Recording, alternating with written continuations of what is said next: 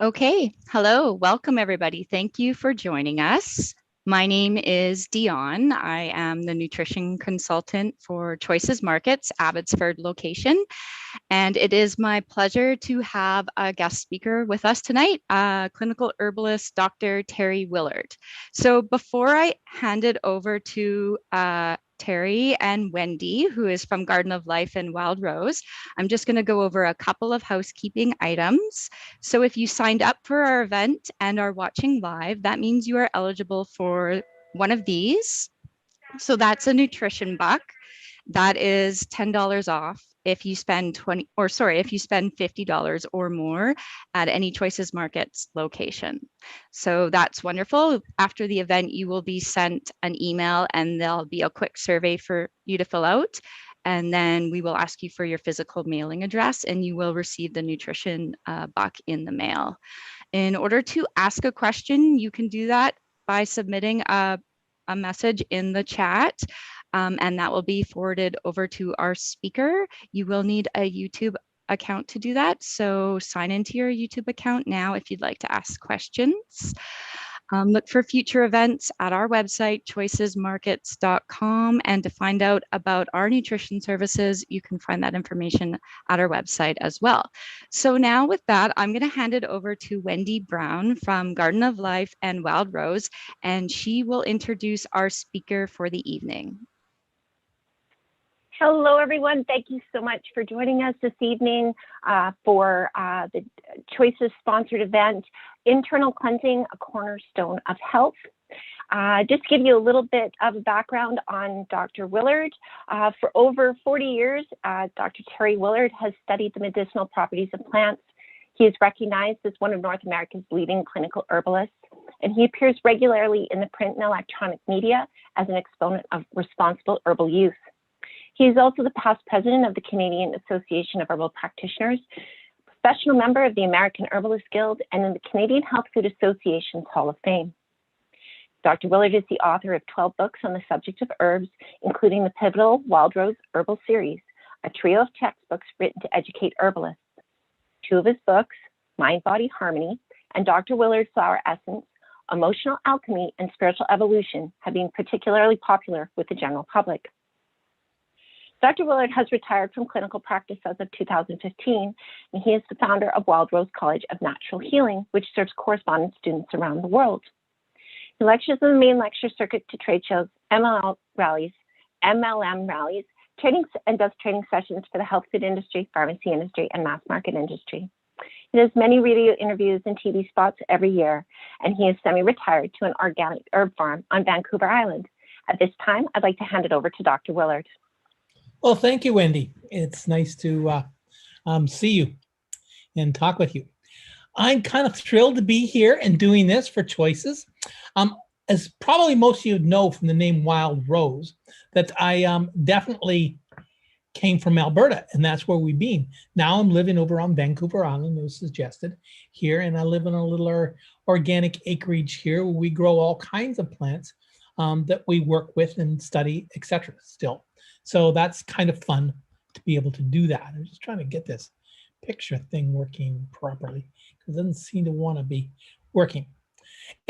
But for several of those years, for about 10 years or so, I had a clinical practice in Vancouver. It was actually 15 years. For about 10 years, it was right across the street of one of the Choices. So because of that, I'm really quite thrilled to be able to work with my old buddies from there with all the various things that they have that are kind of, well, the functional aspects of this place and to be able to have the resource. So good on Choices for continuing on their work over this long period of time and being able to do some things.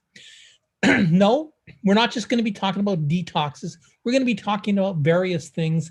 It's just I'm going to be using that as an example along the lines because, well, that's the simplest way for us to do it. But I want to put this kind of in perspective as order. There's probably one of the cornerstones and one of the most important things in natural healing is inner cleansing, cleansing the body. And we can do that at any old time. Well, some people say, well, we don't really need to cleanse our body. The body cleanses itself. Well, all of that is true, that it does cleanse itself. But there's never been a time in history that it's more important to do a detox than right now. What I'm saying is we're still living in one of the most polluted times in the history of our planet. And especially with the situation we've been through over the last 18 to 24 months, as it were, we're coming through a period of time where we didn't have as much choices in our food. We didn't spend as much time outside. And maybe we ate a little bit of a special diet over a period of time because lack of access to fresh foods and stuff like that. So it's a very good time to do some kind of cleanse.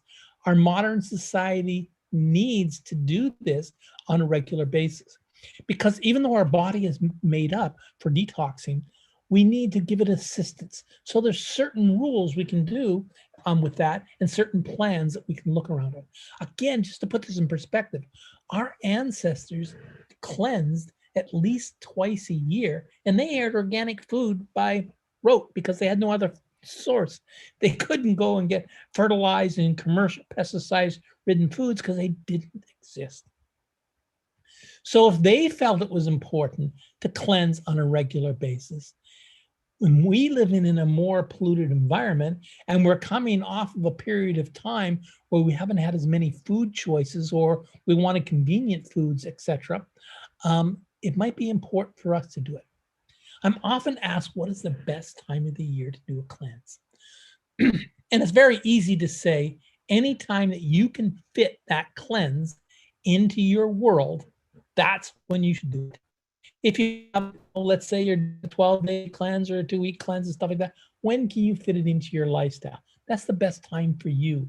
And obviously, because you're the one doing it, I'm gonna have a little bit of a problem here, folks, because my farm that I'm on, the pumps just died and I couldn't get any water before I did this. So I've got only a little bit of water in my glass here. So bear with me as I frog my way through this talk tonight, because that's what it's going to be like. I don't have any access to extra water right now, but it'll work itself out, I'm sure.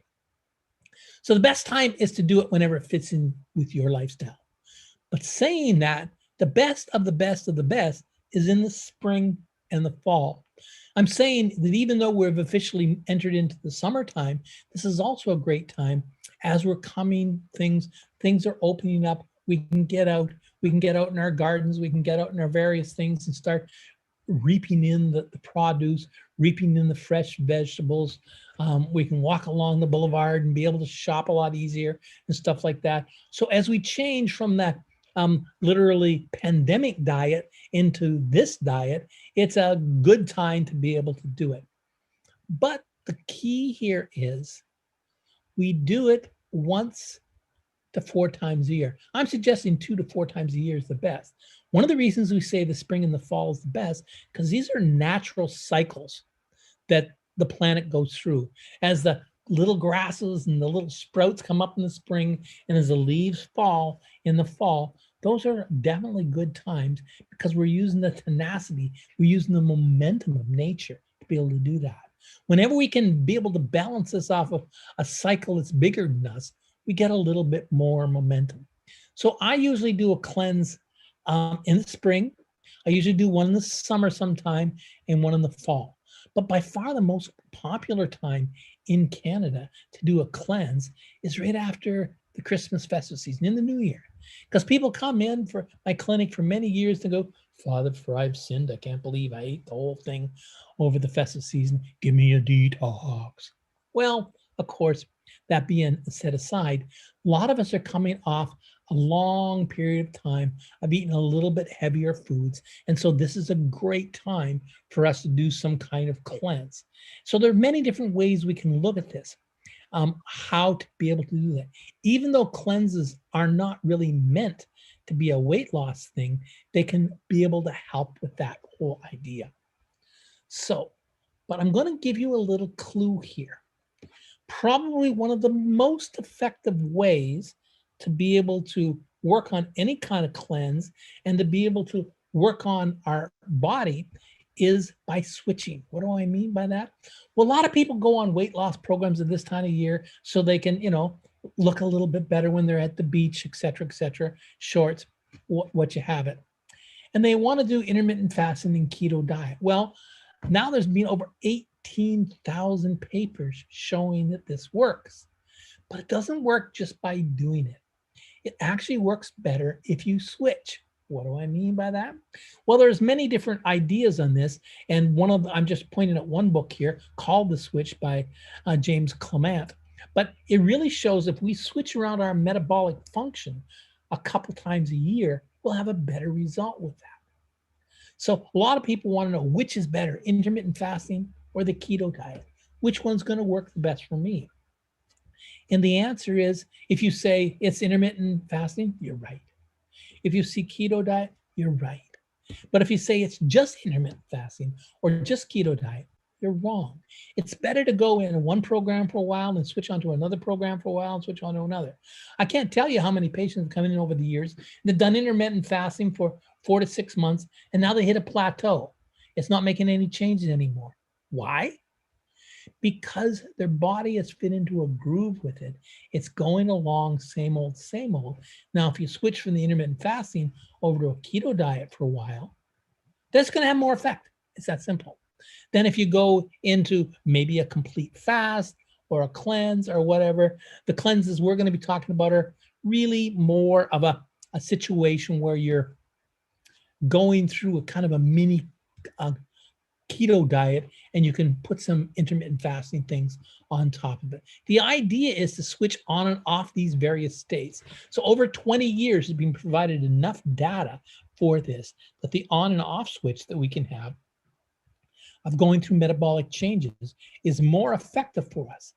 Now, first of all, that might say, well, that's a little bit contrived, trying to manipulate, try to control the body. Well, this is naturally how we work. Meaning over 99% of the history of our species has been hunter-gatherer. So we'd have times where maybe we ran a bunch of buffalo off a cliff, or we ran into a great big huge patch of berries or a lot of food, and we'd feast, and then all of a sudden we couldn't get anything for a while. So we're a species that was used to having feasting and famine. This kind of phenomena actually happens with almost all large mammals, that we go through that thing until we domesticated ourselves. Or was it the apple trees that domesticated us? Was it the bees domesticated us?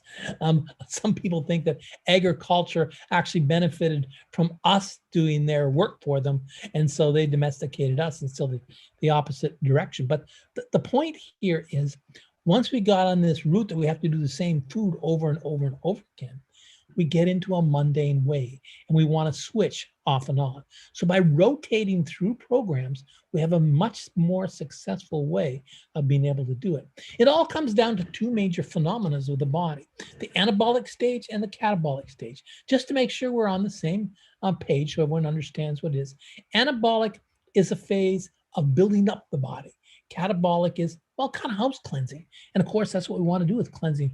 We want to do that. So the idea is how to put us into a catabolic stage to do house cleansing, like that spring cleanser kind of thinking of it, the tune-up of the house. Switching between these ideas on a regular basis has very good functions. So even if you don't eat for a period of time, that's a switch at the cellular level.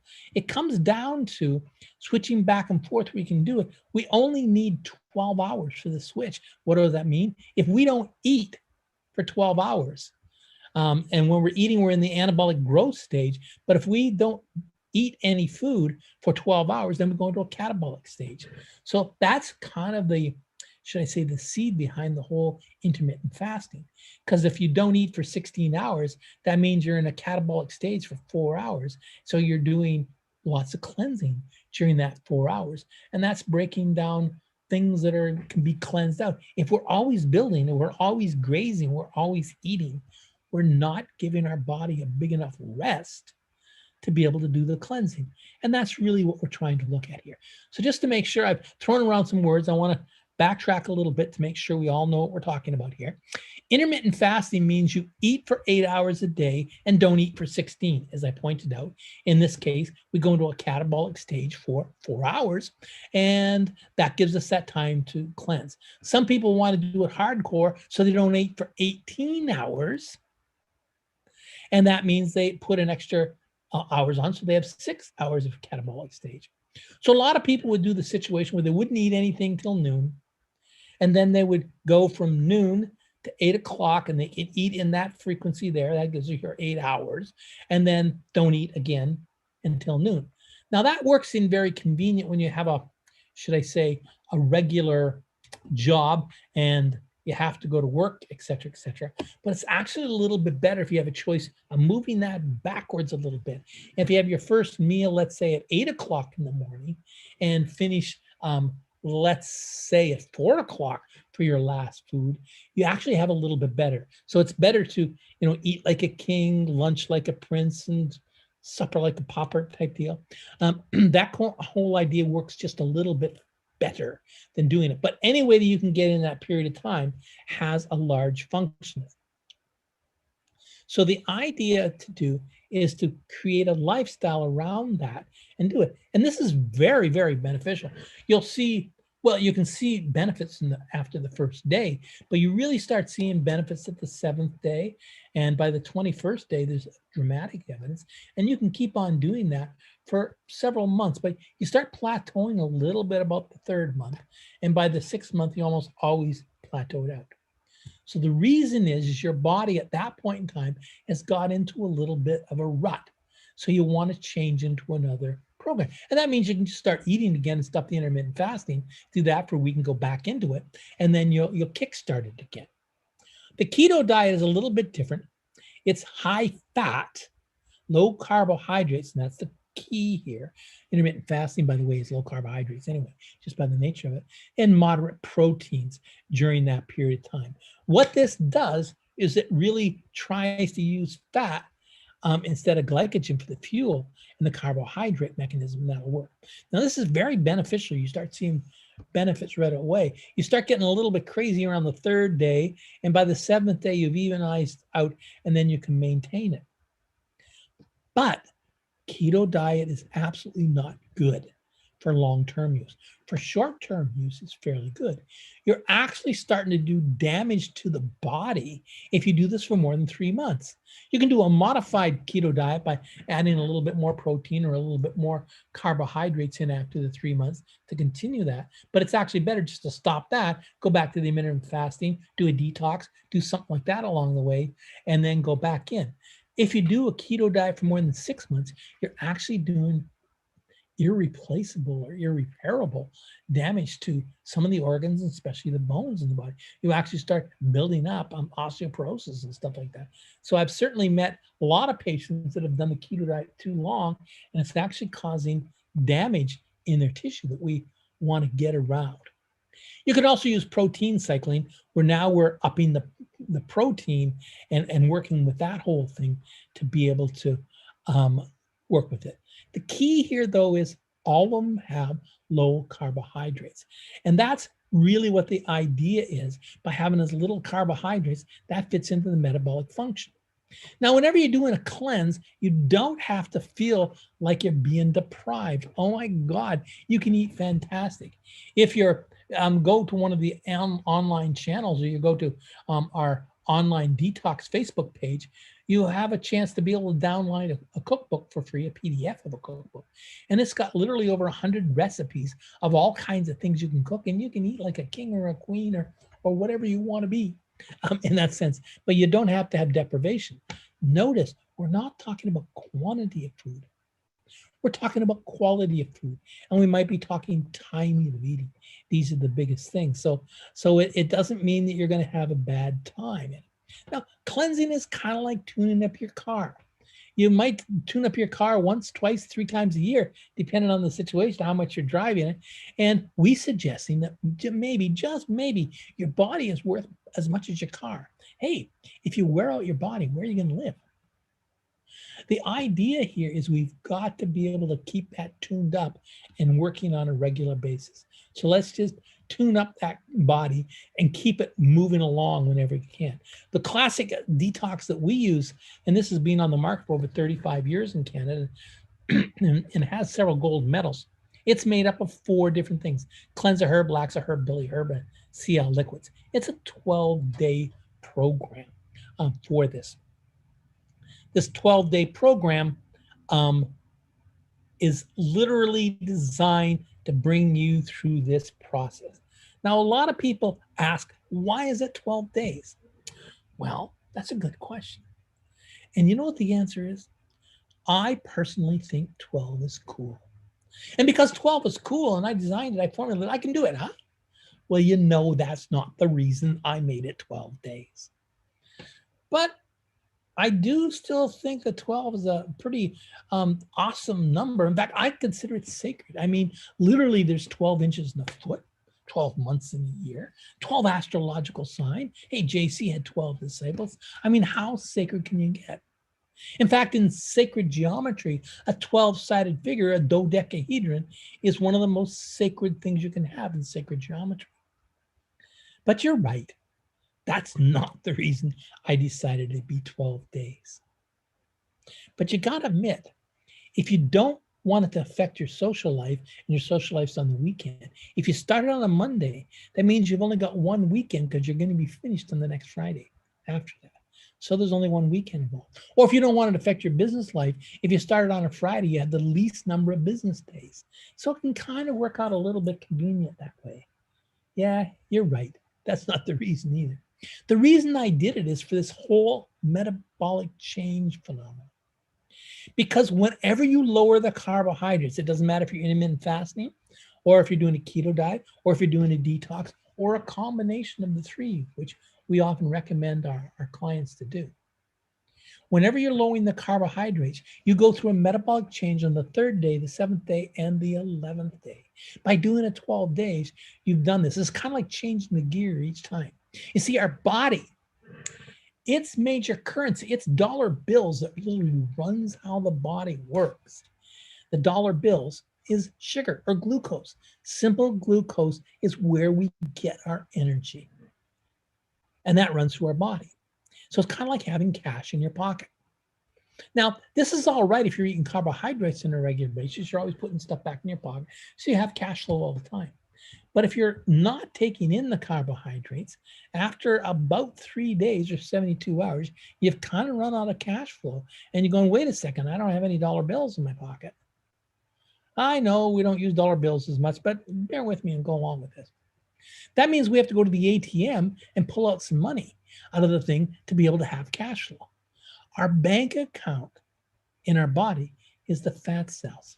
So at around 72 hours, our body naturally goes in and goes into a mini keto diet and changes the lipids through a ketosis mechanism here, and literally goes into a mini ketosis and starts using the ketones as a mechanism to run the body.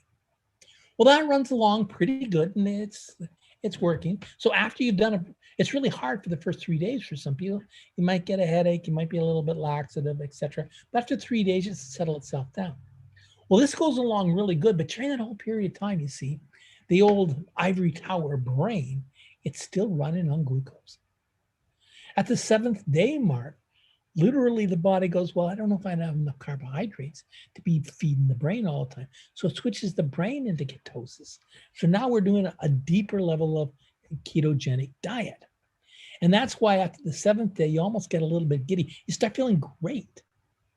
So that's the second metabolic change. At the 11th day, we go through another metabolic change of how we work with proteins. And that's why we do it 12 days. Our next metabolic change isn't until the 21st day.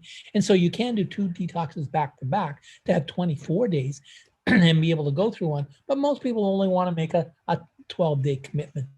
As a group of people, especially in the health food industry, a lot of us suffer from FOMO, fear of missing out. And because of that phenomena, we don't want to be able to do things for a long time. Now, there's some various formulas in this we use. The one I work with the most in this is Laxa Herb. And Laxa Herb, well, you got a pretty good idea what it does. It cleans out the system. What it's really designed to is to stop you from sneezing. You take enough of it, you're scared to sneeze. Just kidding. Really what this is to clean out the gastrointestinal tract. By being able to clean that out, we're not feeding the body. And so we take 2 of those twice daily. We also have one called Cleanse Herb. Cleanse Herb is designed to be able to cleanse the blood system and the lymphatic system and take it up and deliver it through the kidneys or dropsical fluid. The Billy Herb is really where the center of gravity of this whole thing is. It's working on the liver, how the liver actually metabolizes, because when it all comes down to it, all cleansing goes on in the liver. It's the most important part of the body to do it. It goes through its own metabolic changes that we're going to talk about momentarily. So it really gets the phases in the liver synchronized up to be able to do this whole thing. So it's a liver cleansing thing. So again, just to remind you, something like the detox, doesn't matter if you're doing the keto diet and intermittent fasting, also something about these herbs, they're going to assist the body. So it doesn't replace cleansing our body. It just assists the body to go a little bit deeper into this whole phenomenon. The other one in there is CL liquid, cleansing liquid, and it's really designed to work on the adrenal glands, which makes you kind of feel a little bit on the nice side, and is a diuretic to work on your kidneys, to work on your lymphatic system. So literally during this whole period of time, we're doing working on the kidneys, working on the liver, working on the GI tract, working on the blood system, and doing a thorough cleanse. So it's a full body cleanse throughout everything. Along with the detox, there's a little booklet that comes in there, and it tells you a little bit about meals and stuff like that. And if you decide, you can get the cookbook, and it's free, by the way. You can get the cookbook, and it can help you create menus and stuff like that. But the meal plan is not just eat this, don't eat that. It gives you some choice, so you can do various things. But it comes along with a little bit of here and this. I was asked many years ago, what is the Reader's Digest idea, or should I say the elevator speak of how you do the detox? Well, thinking about that at the time, it was long enough ago, I says, well, let's say it's brought to you by Sesame Street, or should I say it's brought to you by the number 2. You take 2 tablets from each bottle 2 times daily, and you take 2 squirters from the squirter bottle, the liquid, the tincture, in 2 ounces of water 2 times daily, and expect to get more number 2s. The idea is it's going to cleanse out your body in this way. It's the 2-2 dance. Now, when we're saying you're doing it that way, you're going to go through various things. Now, some people might find a little laxative. The Laxa Herb we take 2 twice daily. That's the average amount. But some people find it's going to be a little bit too, making a little bit too loose for the first day or 2. If it's still too loose after the 3rd day, you drop it down to 1 twice daily. If it's really dramatically at the beginning, then you can lower it down right away. But some people need a little bit more, and so we just add it. Maybe they're doing 3 twice daily. When I do it this way with my wife, I only need 1 twice daily, and she needs 3 twice daily, so we can share 2 kits, and it works out just perfectly. But everyone has to work it out their own way. It also tells us the broad strokes of the diet, and we're going to go through this a little bit slower momentarily of how a cleanse is going to work. But it really says you're not allowed to have any bread products, any flour products, any pastas, buns, things like that. No dairy products. Butter's okay. No shellfish, no lobster, shrimp, or crab, and no tropical fruits. All of these are not allowed on the program, but almost everything else you can eat. Oh, yes, we want you to have more than 80% of your diet alkaline or neutral, or should I say less than 20% acid-forming foods. So it gives us in sections. So we have columns. It's kind of like an old-fashioned Chinese menu where you can eat all you want from these 2 columns, but you have to have less than 20% from this column. And I'll go through that momentarily because it's almost impossible to read this at this stage. So I'm just saying there's a bunch of questions and answers in there. So let's look at this a little bit slower with this. So it's less than 20% acid-forming foods, and we'll talk about what they are momentarily. 80% alkaline or neutral. No flour products. There's no cakes, cookies, breads, buns, pasta. No dairy products. Butter's okay. Really what we're trying to do is get rid of the carbohydrates like the lactose in the sugar, but there's virtually no lactose in the butter, so it's quite okay. And really what we're talking about is that dairy can support yeast fungi, but butter will actually stop it as a thing. No tropical fruit. Oh, you're already sweet enough. You don't need that. And of course, no sweets. Now, notice I didn't say no sugar. I'm saying no sweets. That's including things like maple syrup. It's including things like stevia, synthetic sweeteners. It's including sorbitol. It's including all those things are not allowed to have. The acid-forming foods. Now remember, this is less than 20%. Now there's right off the bat, there's an exception to the rule. Even though fish is slightly acid-forming, it has enough omega-3 oils in it, you can eat all of it at once. So you can eat more than 20% of this in the program. All the rest of the foods in this have to be less than 20%. That's a combination of them. Okay, so beans, you can have beef if you want to, but you don't have to, you don't want to. You can have coffee. You can have a maximum of 2 cups of coffee a day. And we prefer you to have it black, or if you really wanted to, black would be okay. Now, when I say that's not completely true, you can put in some of the non-sweetened alternatives like almond milk or rice milk, but a lot of people find it's hardly worth it. But you can take some coconut cream, as long as it doesn't have sweetener in it, and use it. Now it'll have a distinct flavor of coconut, but it does give it that creamiest function, and you can put a little bit of butter in it. In fact, you can literally make a version of that kickstart or that bulletproof coffee that a lot of people like to have. You can have eggs, you can have grains, but most whole grains are acid forming in it. Right? Most nuts are in this category. We'll see many exceptions to the rule. White rice and black tea. All of these grouped together have to be less than 20%. Now let's look at the alkaline. You can have almonds. It's a nut that's quite all right. Almonds, filberts, hazelnuts. You can eat all of those you want to. Millet, buckwheat, brown rice, apples, peaches, pears, plums, and the berries, popcorn, potatoes, pumpkin seeds, tomatoes fresh. Now this is interesting. It's alkaline. If it's canned or cooked, it's acid forming. So it's just a little bit of a change on that. Now, a lot of people are wondering, how about quinoa and amaranth? Well, they're actually not. My apologies, Dr. Willard. Yes? Just as you were explaining the acid versus alkaline on the tomatoes, you cut in and out, and it's great information if you would mind repeating it. Oh, thank you, Wendy.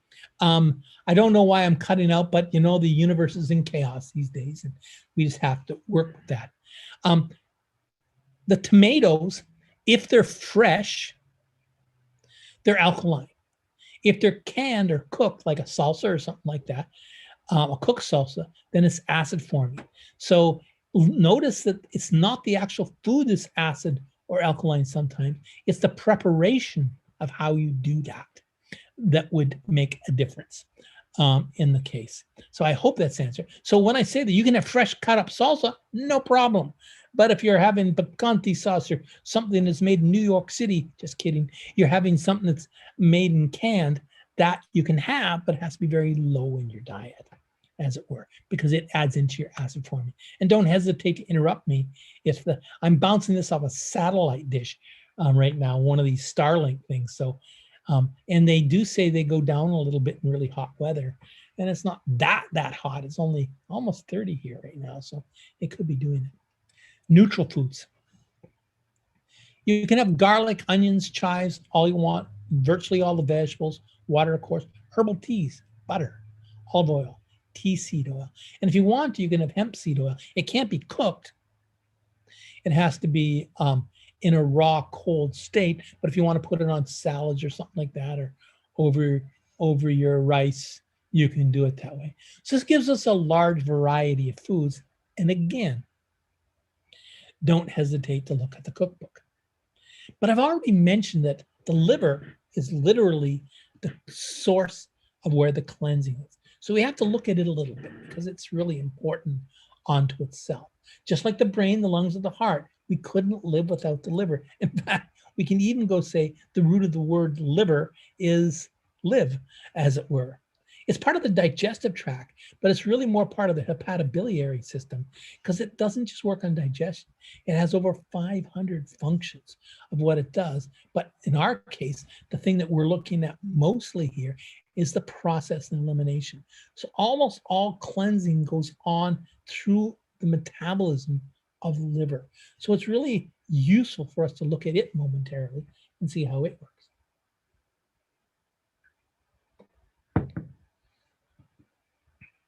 So there's an old saying in natural healing that when in doubt, treat the liver.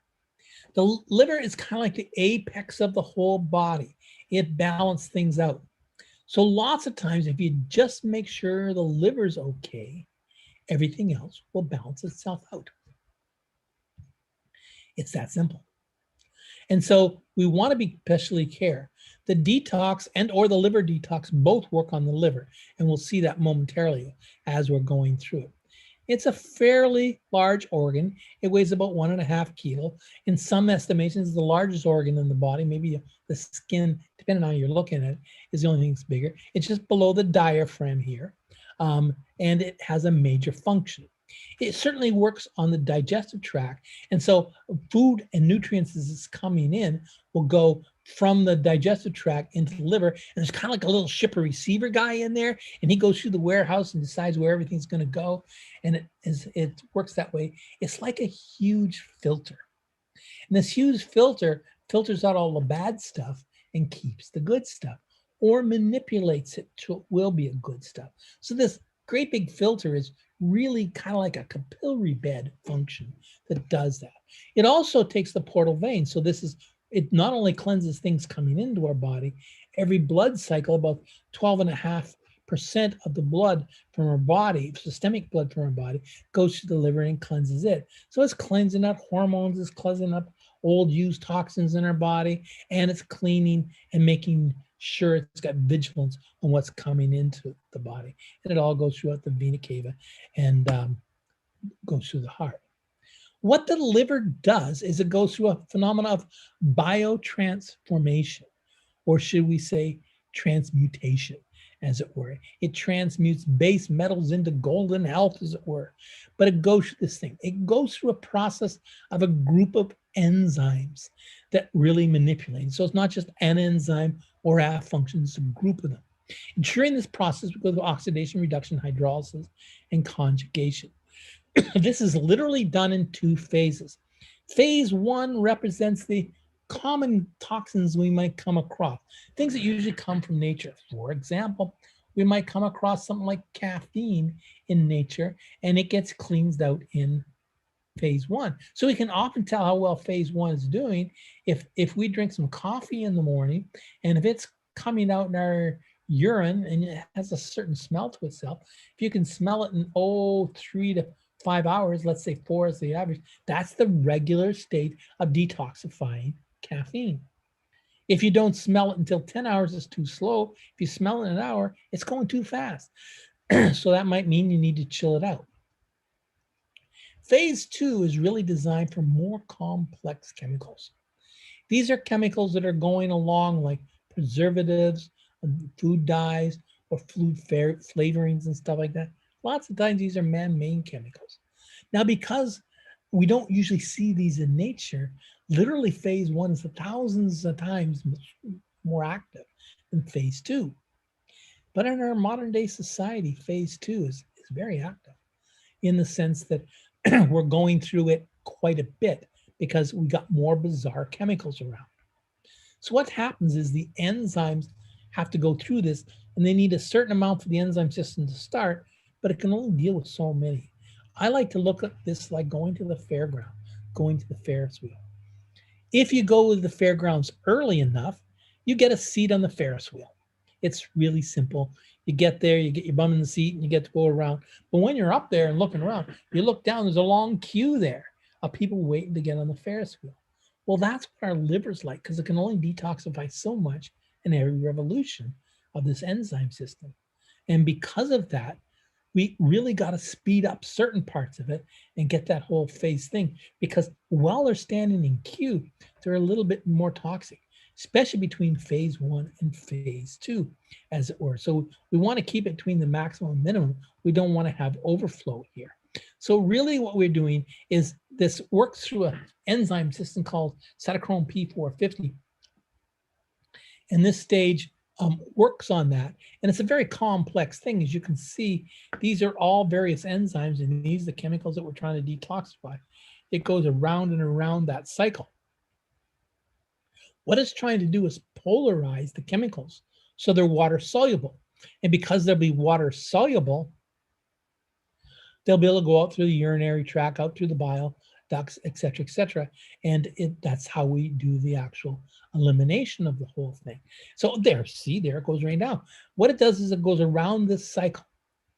If it doesn't get directly eliminated in phase 1, it's a more complex chemical, as I've said, it gets put out of phase 2. In phase 2, well, it's a whole other bottle of fish. So really what it comes down to, in this process, we generate all kinds of free radicals and oxygen reactive species. So literally phase 1 is over here, and these red ones here are places where it's toxic.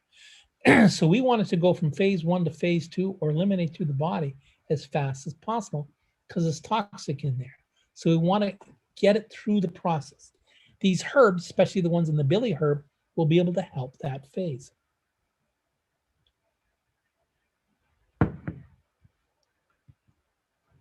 So one of the things that can help this whole process is antioxidants.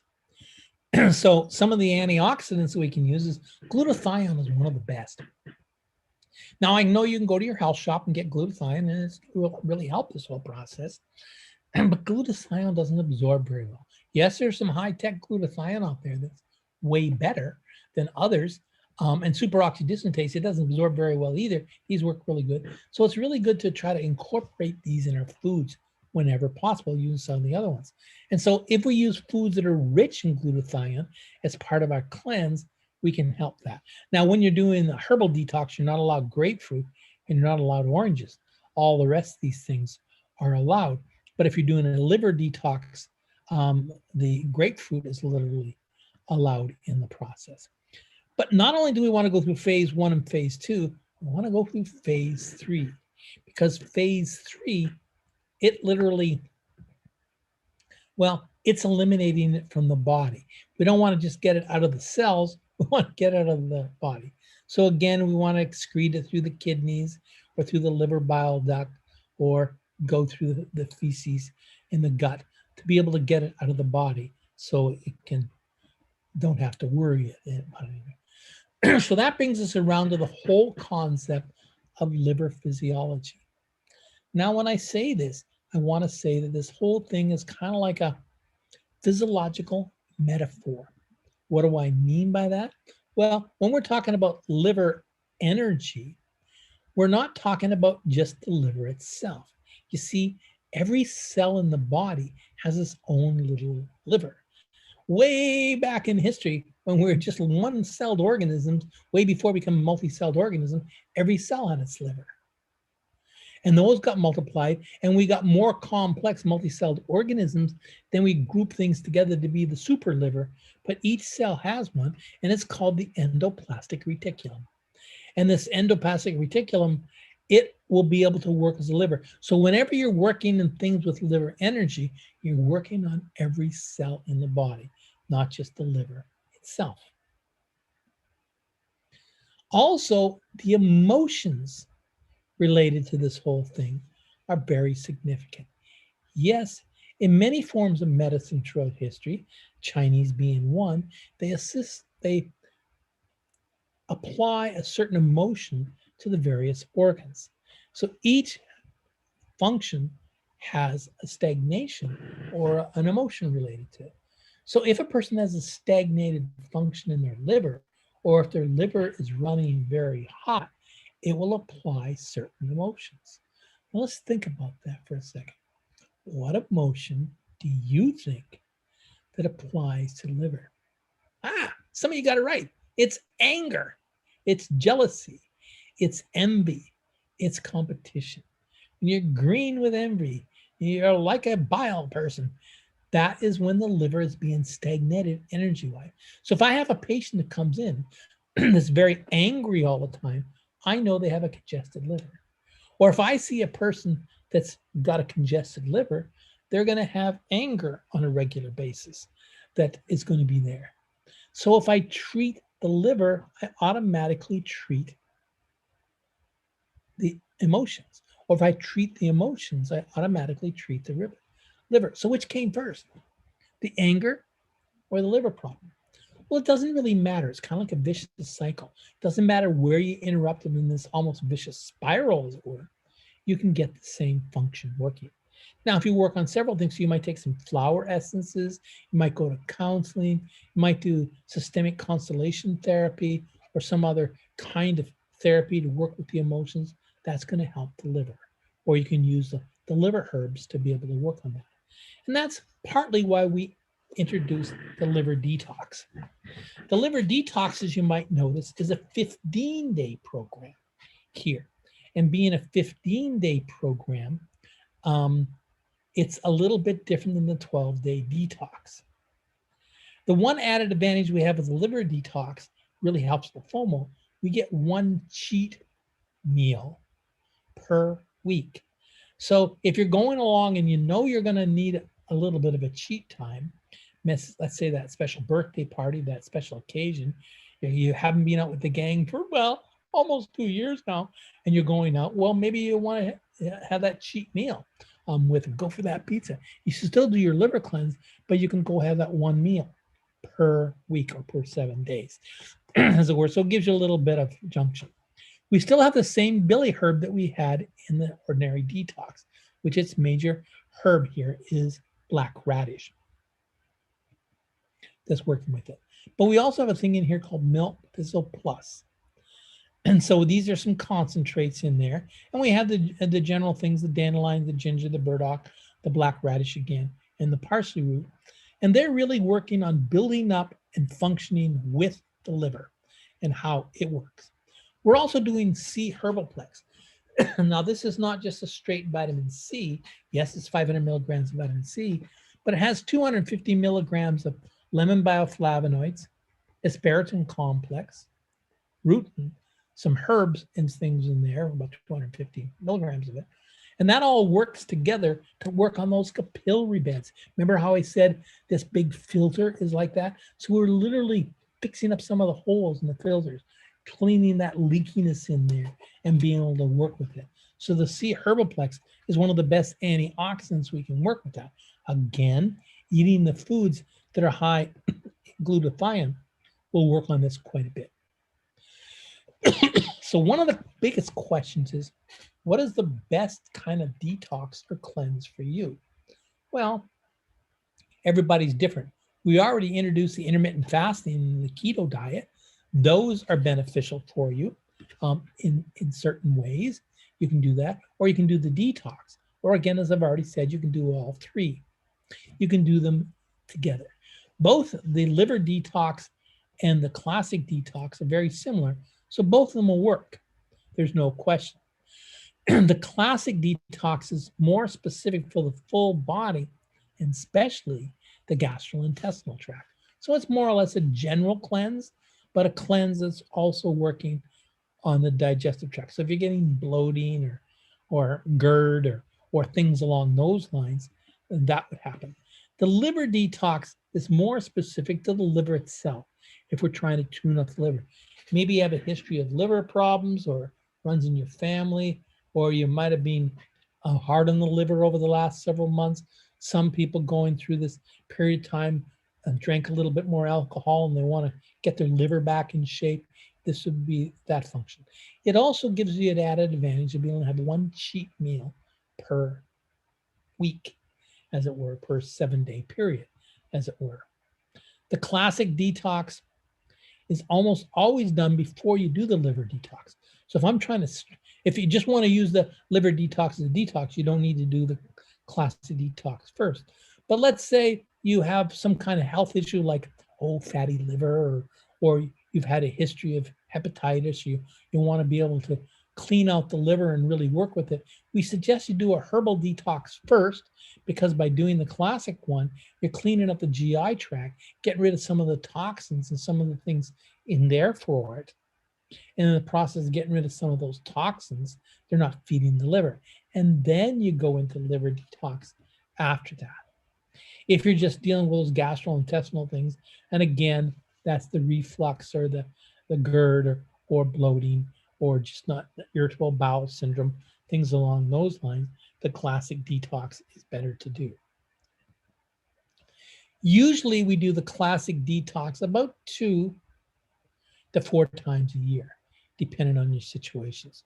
I usually do it 3 times a year, and I usually do a fast 1 time a year. The liver detox, I like to do it in the spring, but it can be done any old time of the year. And so my spring detox, I usually do the classic detox or the gentle detox, and followed up by the liver detox after that. It'll be working.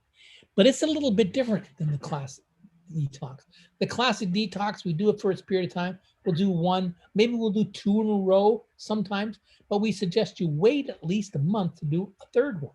So you can take 2 in a row, no problem, 24 days, but it's good to take a month break before you do it again, because you're going to get more cleansing done actually over a period of time, and your body is doing this switching thing. If you're doing the liver detox for liver problems in your body, then you have to do it for long term to get rid of the problem. So we usually do this 3 to 9 months, the average being 6. So a lot of health problems in the liver can be fixed in 3 to 6 months, but sometimes we have to extend it all the way to the 9-month mark. And then after that, we don't do the whole liver detox. We'll just do the classic detox 2 or 3 times a year, and maybe throw in the liver detox in the spring. The reason we're saying this, and anytime you can do the liver detox, but the reason we're saying the spring is a little bit better for this is because in the Chinese acupuncture meridian theory, the springtime, and that's your springtime, and of course on the West Coast here, we're talking March, April, spring. If you're in Calgary, I know that's not the reach of this lecture here today. That might be now, spring, but you do it in your springtime. That is the time where the liver is most active.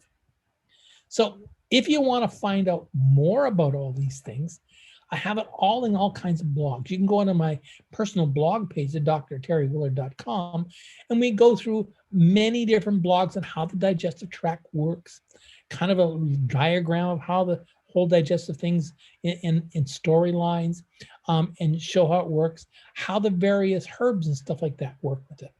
Or if you want to, at our college, you can get a free course on the classic detox, which is worth $50, and you can learn more about it. We also do guided cleanses a couple times a year if you like to do that kind of thing, or I like to call them detox cleanses or detox challenges, and we can often have a couple thousand people sharing their recipes, talking about what they ate. This is day 2, and this is what my breakfast looks like. This is day 4.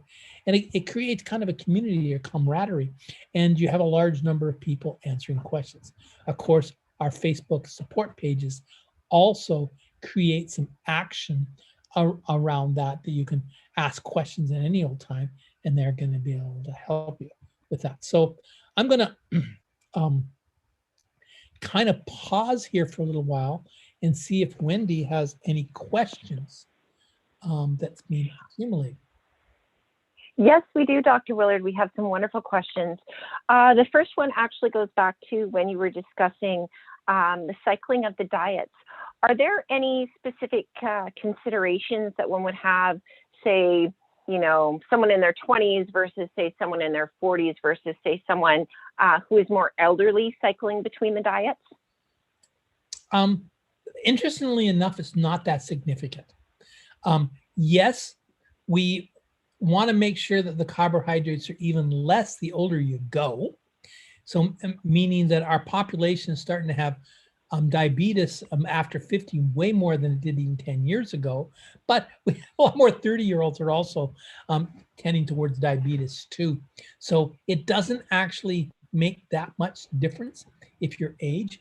It really has to do with the exercise a little bit. Of course, you might want to have a little bit more proteins if you're doing a lot of heavy exercise. And that depends on whatever age you are. That's a great question. I think that's the first time I've ever heard that question. It's the first time I've asked that question. Great. If someone is already slim, do they need to be concerned about losing additional weight while doing a detox program? And that is a great question, and it's commonly asked. It basically comes down to the detox is there to help you balance. And what I mean by balancing you out is if you're thin, yeah, you might lose a pound or two, but after it, you're probably going to gain a little bit of weight to get up to balance. The whole idea of doing a cleanse is to create kind of a coherence. The whole idea of doing the switching is the same thing. It's just not like a pill that does only one thing. It just makes you lose weight. It's quite the opposite. Now remind yourself, you can eat all the foods you want on this. So it's not a diet reducing things. It's literally, we're just trying to clean out the machinery so it works better. So if your whole digestive tract absorbs food better, of course, you're not going to lose as much weight. You might gain some weight. So, and the opposite is if you're overweight, you're going to be able to work with it. So it'll help reduce weight if you're too heavy and help you gain weight if you're too light. So a follow-up to that question, Dr. Willard, would be if I do heavy workouts, do I need to also reduce my calories while doing this program? Well, we do want a person to reduce the calories in it, that's for sure. That's the core of any one of the programs here, any one of the cleanses we talked about.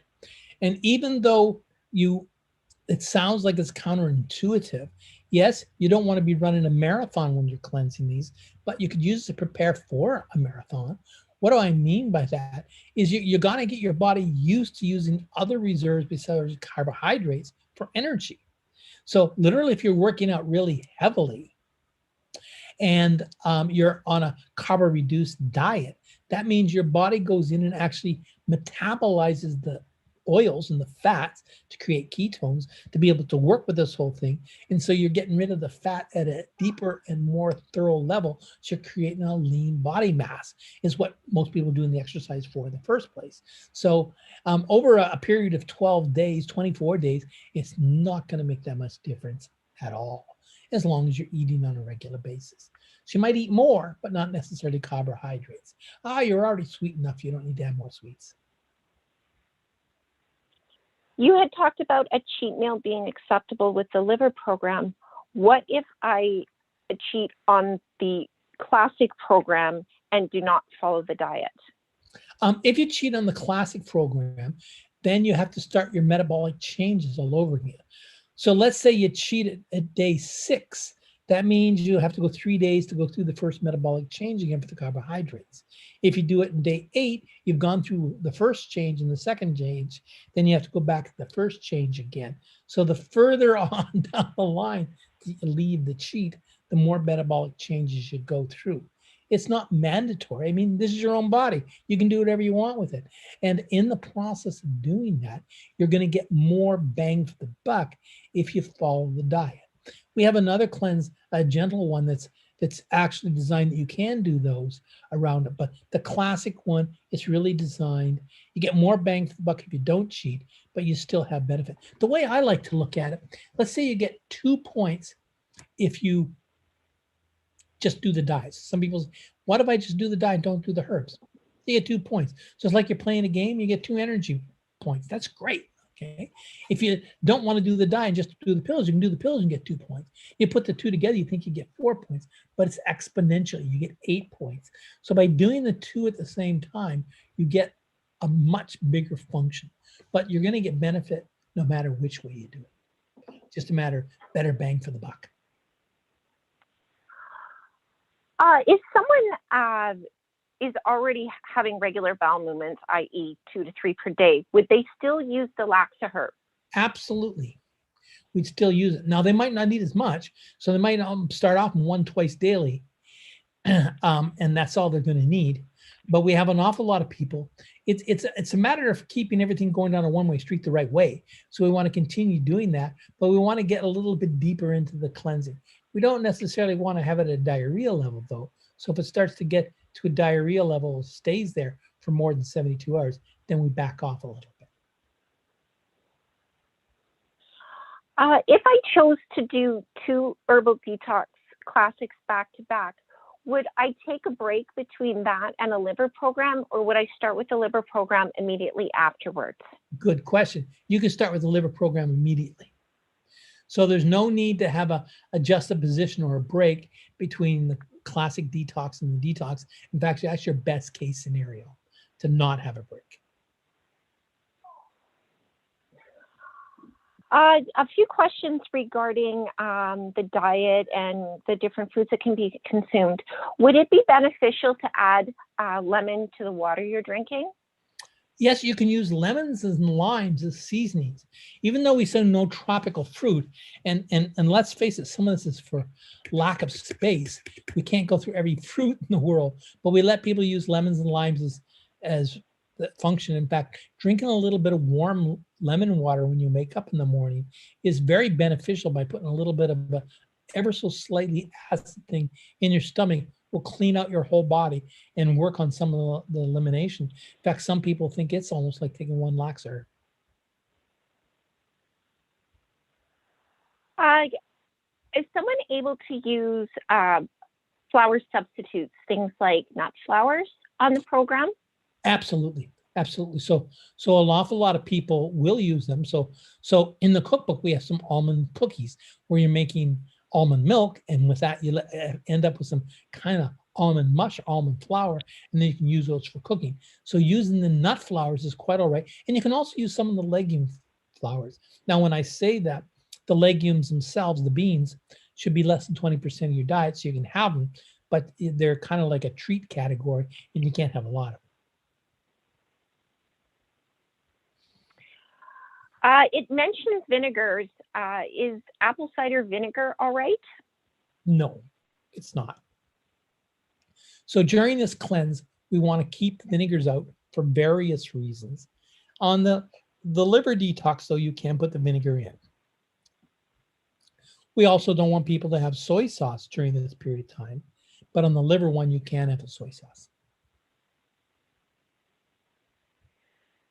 It sounds like there's different kinds of fermented foods. Are some acceptable and some not? You're quite right there, Wendy.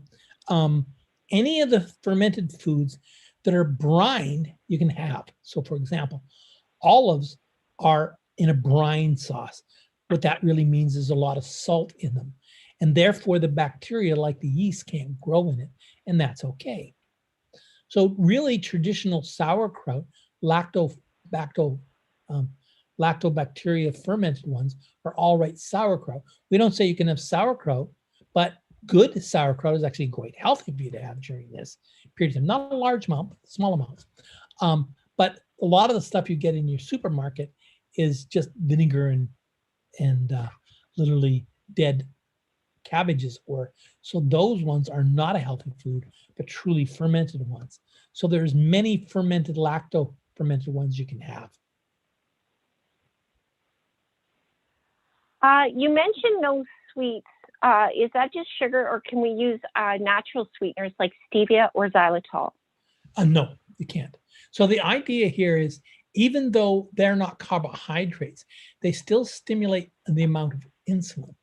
And by stimulating the amount of insulin in your body, it actually makes you create insulin resistance in the case. Our body gets used to it, and it stimulates the high insulin.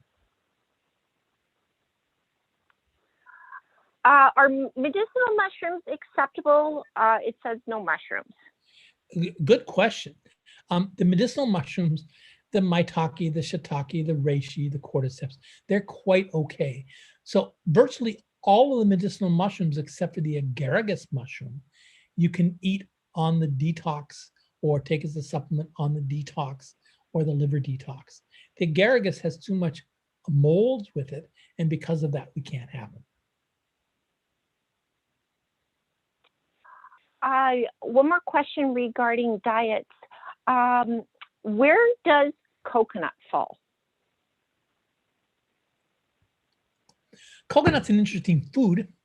Some people think it's a tropical fruit, but it's not. Of course, it's a nut. It's a cocoa nut. Actually, it's an alpine, but that's beside the point. It really comes down to you can have all the coconut you want to, of course, as long as it's not sweetened.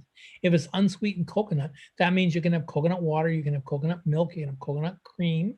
Nothing wrong with guar gum that some of them have in it, as long as it's not sweetened. Or you can have the coconut milk, meat itself. Just a couple more questions here, Dr. Willard.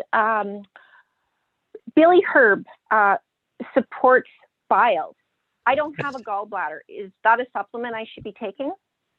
Actually, it's very good to do it on a semi-regular basis. You don't have to do it all the time. But what it does is when you have a gallbladder, by necessity of having the gallbladder, it actually helps clean out the liver on a more regular basis to store. It also means you have a lot of bile. So when you eat a really fatty food, may that be bacon or maybe vitamin E even, you'll be able to emulsify it a little bit more effective.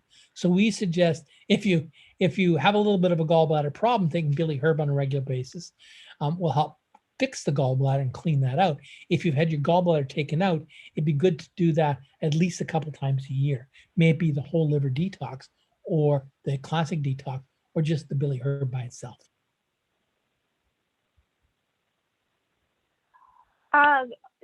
So much of what you talked about is based on the digestive tract. Would it be beneficial to take a probiotic while you're doing either of the detox programs? You absolutely, you can take probiotics while you're doing it. I often get people to use the doctor recommended one or the doctor formulated. Doctor formulated, thank you. And the one I like the most is Mood, and that it's been worked very good with my patients over the years. You can do it with it, but you get more bang for the buck after the cleanse, but you can certainly do it with this. But the idea is we're really trying to create a well-balanced microorganism or a microbiome in the body. That's what the whole idea is. Create a good terrain for the body to live off of. Would I continue to take my multivitamin while I'm on the cleanse program? No, it's not good to take a multiple vitamin. So what we're suggesting is you can take any herbs that are metabolic in nature, but we don't take herbs that are or things that are actually building in the body. So we're kind of wasting our money in taking vitamins and minerals, even if you're taking calcium. And nobody's going to get osteoporosis in 12 days if they're doing a 12-day cleanse. It's not going to hurt you to take them. It's not like there's some kind of reaction here, but you're just not getting the bang for the buck of doing it. So I usually get people to stop doing those kind of pharmaceuticals or those kind of supplements, but we don't stop any pharmaceuticals during the program either. Now, if you're taking any pharmaceuticals that work on blood sugar levels, it's really significant for us at that point in time to check that out, because we might be having lower blood sugar anyway by just not having the carbohydrates. So you have to titrate that. And if you've got blood sugar problems, you're used to taking your blood sugar on a regular basis, you might need a little bit less of the pharmaceuticals. Thank you so much. Just a couple of things that I wanted to add just as Dr. Willard spoke. He referenced a cookbook at one point during his presentation. This would be the Wild Rose Cookbook for Cleansing. It is no longer in print, but you can obtain a copy by joining the Wild Rose Guided Cleanse group that Dr. Willard had spoke of. Again, he also mentioned the group challenges that we do. If that is something that you're interested in, our next Guided Cleanse Group Challenge starts Monday, July 5th. So at this time, I would like to thank Choices Market and Dr. Willard very much for doing this presentation on the benefits of internal cleansing. And at this time, one more thing, if for some reason your question remained unanswered, or if something else comes up at a later date, please do not hesitate to reach out to me at webinar@gardenoflifecanada.com. Again, that is webinar@gardenoflifecanada.com. At this time, I'd like to hand it back over to Dion. Thank you so much. Thank you both. That was great. So please, everybody, look for the email you'll receive shortly. That's going to be a quick survey for you to fill out, and we will ask you for your mailing address, and that is so you can receive your nutrition buck in the mail. And that usually takes about 30 days to come to you by mail. And if you are interested in our nutrition services, please reach out through our website.